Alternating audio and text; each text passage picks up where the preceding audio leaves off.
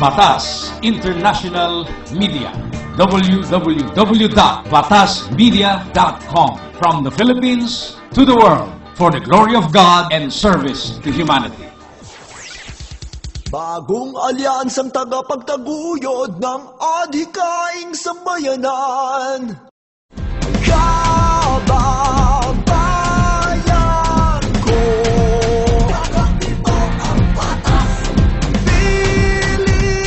Pilipinas ko.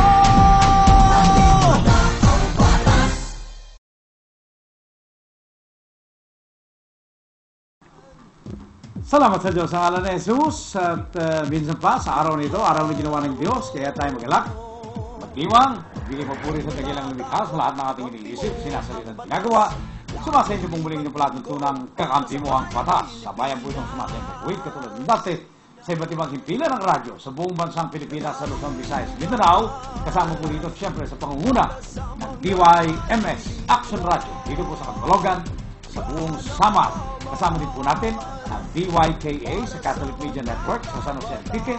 Kasama din po natin ang DXAS, ang Far East Broadcasting Company mula po sa Zamboanga City, Zamboanga Peninsula, diyan po sa region ng Mindanao.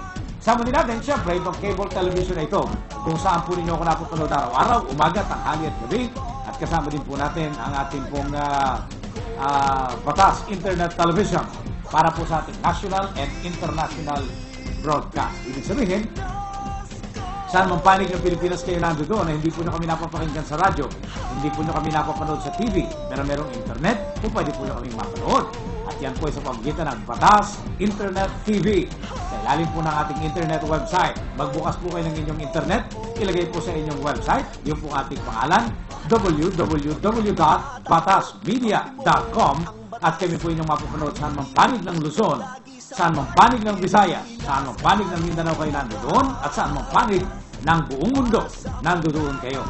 Maglagon po kayo sa internet, ilagay ang aming website www.batasmedia.com. Salamat sa Diyos sa ngalan ni Jesus at tayo po ay nakahanda ng tumugon sa inyong mga problemang legal at mga katanungan sa batas. Narito po ang ating libreng payong legal, libreng pagpapaliwanag sa mga batas sa Pilipinas, libreng pagpapaliwanag sa inyo pong mga kaso sa hukuman sa husgado sa korte, libreng pagpapaliwanag sa inyo pong mga tulong na ninanais mula sa iba't ibang ahensya ng pamahalaan at pribadong tanggapan. Nagbibigay din po kami para po sa mga libreng pagbati sa inyong mga birthdays, anniversaries, special occasions, o di kaya basta't pagbati sa mga nakikinig, nanonood at sumusubaybay dito po sa ating palatuntunan. Ako po si Batas, Attorney Batas Mauricio. Ang ating pong telepono, 0922-833-4396. 0922-833-4396.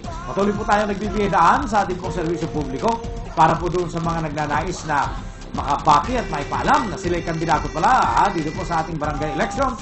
Abay, pwede po kayo mag-text sa amin sa 0922-833-4396. Dalawang pong pala ng pagtitext dyan. Either i-text nyo po ang inyong pangalan, ang posisyon inyong tinatakbuhan, at ang lugar o barangay kung saan kayo tumatakbo. Ang SK kung saan kayo tumatakbo. Tapos, pwede rin po nyo ilagay ang inyong plataforma de gobyerno. Ano ba nais yung maganap? Ano ba yung nais yung proyekto para pag nanalo kayo sa barangay, nanalo kayo sa SK? Eh, yun ang inyong gagawin. O di kaya, pwede pong i-text din ninyo ang pangalan ng inyong barangay kapitan, ang pangalan ng inyong mga kasamang lineup, at yung barangay, bayan o lungsod kung saan po kayo tumatakbo. Okay?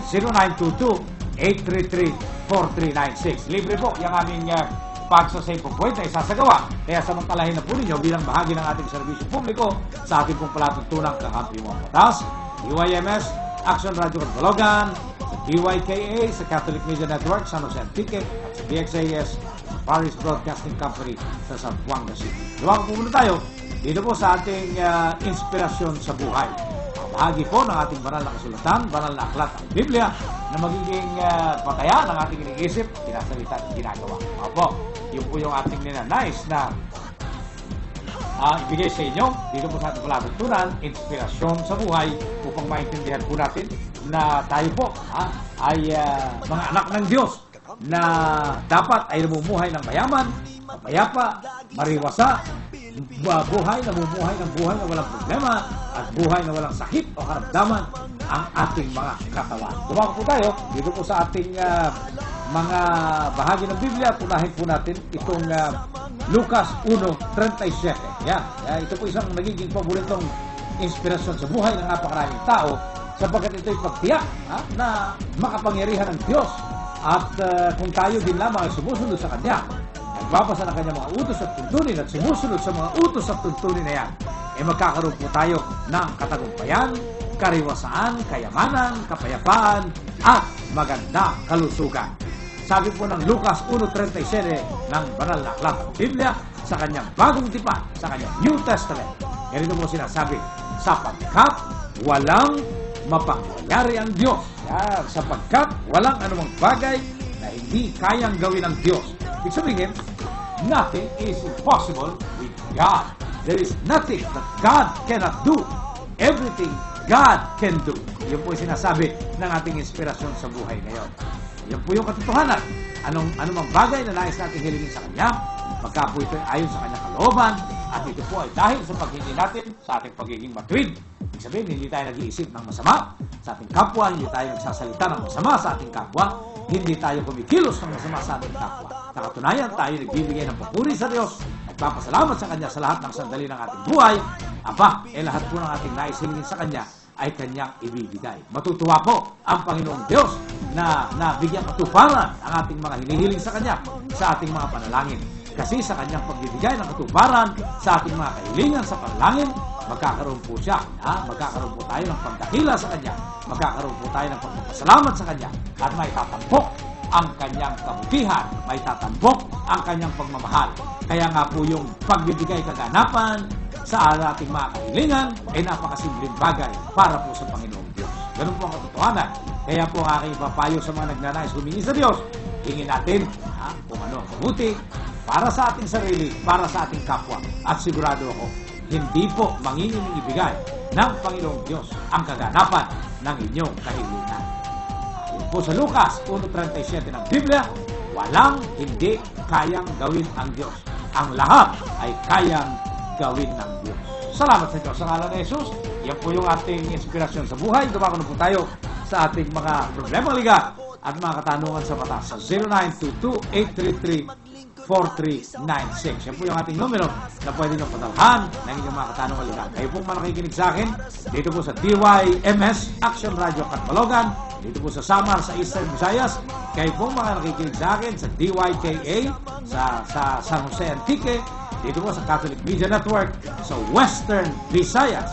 At kayo pong mga nakikinig sa akin dito po sa Southern Philippines sa pamamagitan po ng DXAS, Paris Broadcasting Company sa Zamboanga City.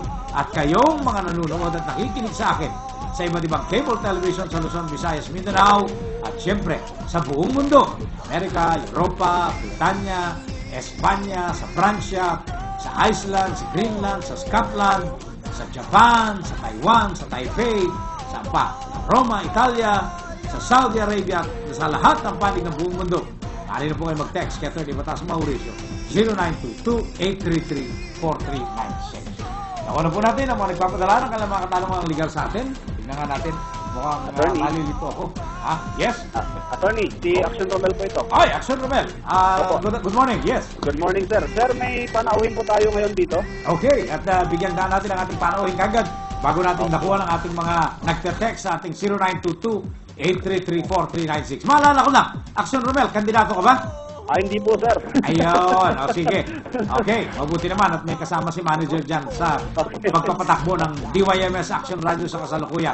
Okay. Alright. Manghihingi lang po yung panauhin natin ng advisor kung ano daw yung pwede niyang gawin kasi na-involve po siya sa isang gulo nitong nakaraang October 5. Nabugbog po siya. Uy.